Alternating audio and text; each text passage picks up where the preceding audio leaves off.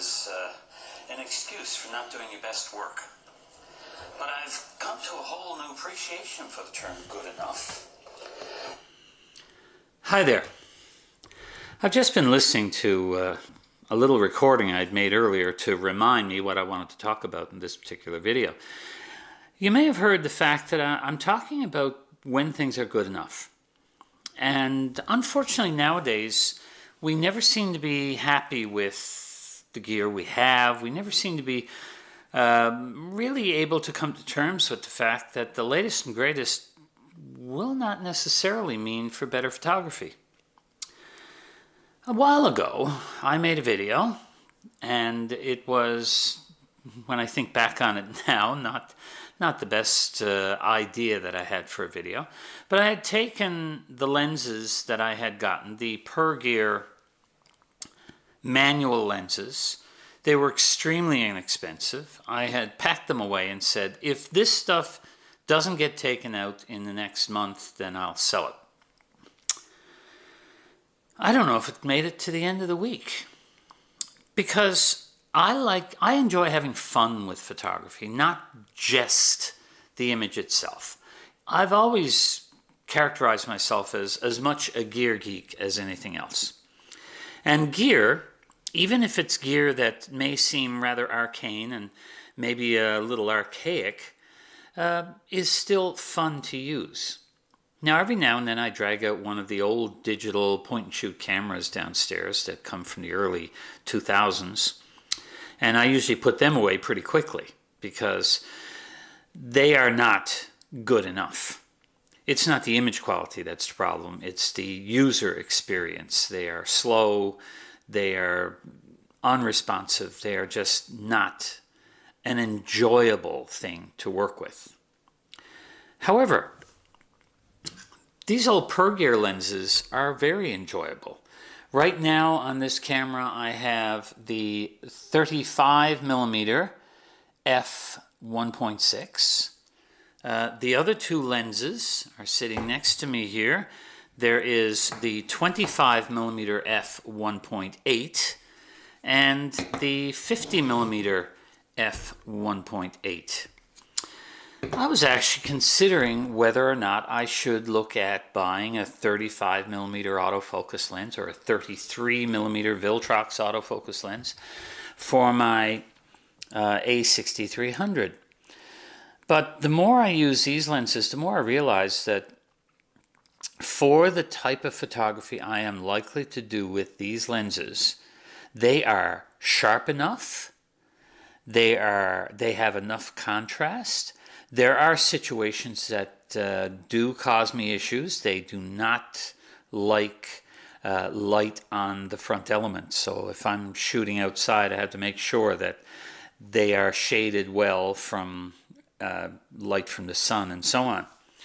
They do all come with these nice, neat little lens hoods. These are a throwback from the old days of rangefinder cameras with the hole here so that you could actually see beyond the lens hood with your viewfinder, because your viewfinder, remember, is looking just to the side of the lens.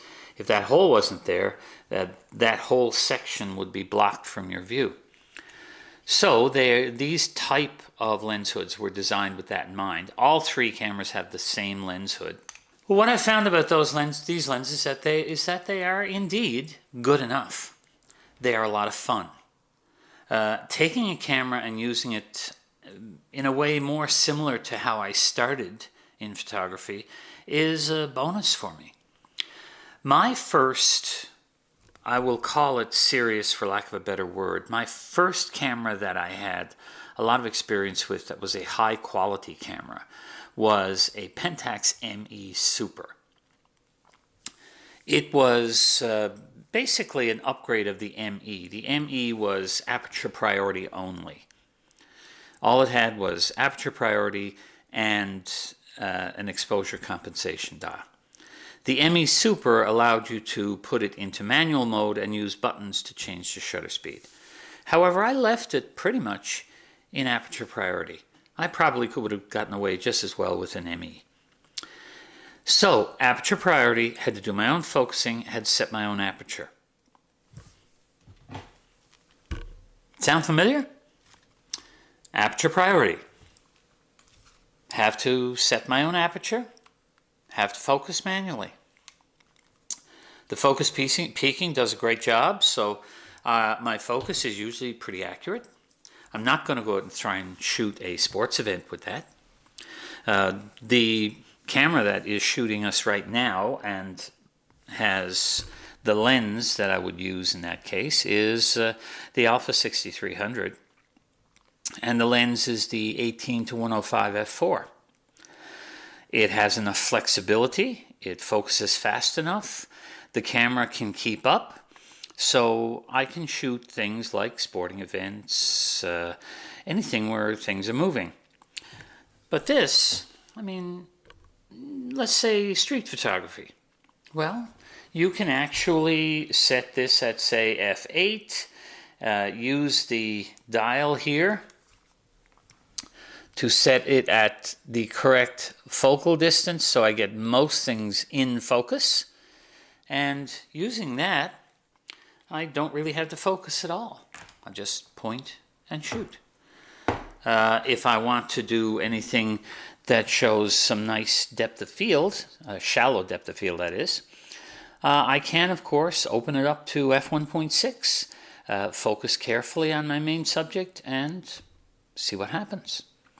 Some of these lenses have flaws. The 50mm shows a little bit of lack of contrast in the center when you stop it down a lot. They all vignette somewhat, but if you stop them down, they're pretty good.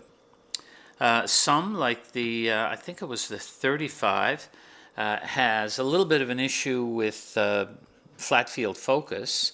So if I'm focusing against something like a brick wall, and I focus at the center, the edges are going to be soft. If I focus at the edges, the center is going to be soft. Okay, again, most of the time my subject is going to be what I'm going to be focusing on, and the rest of the scene is not that important.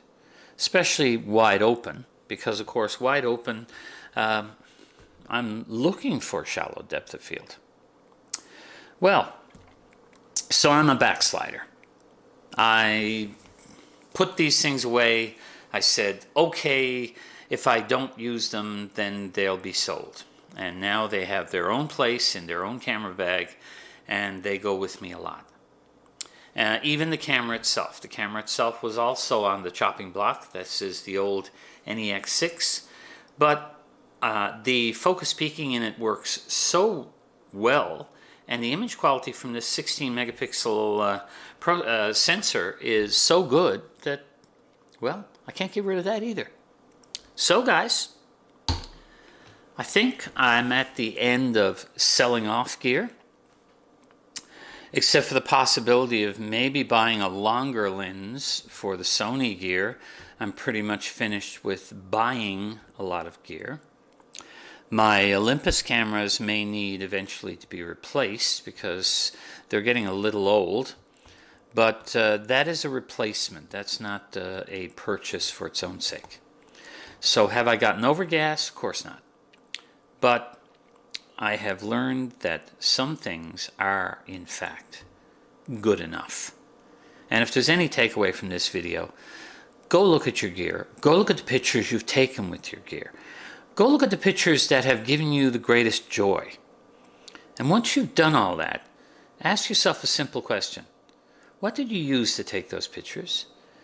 And is newer gear going to make any difference? Is it really going to make a difference?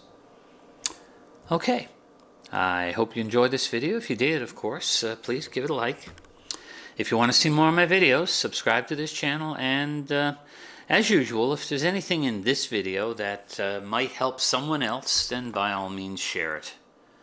Well, bye for now.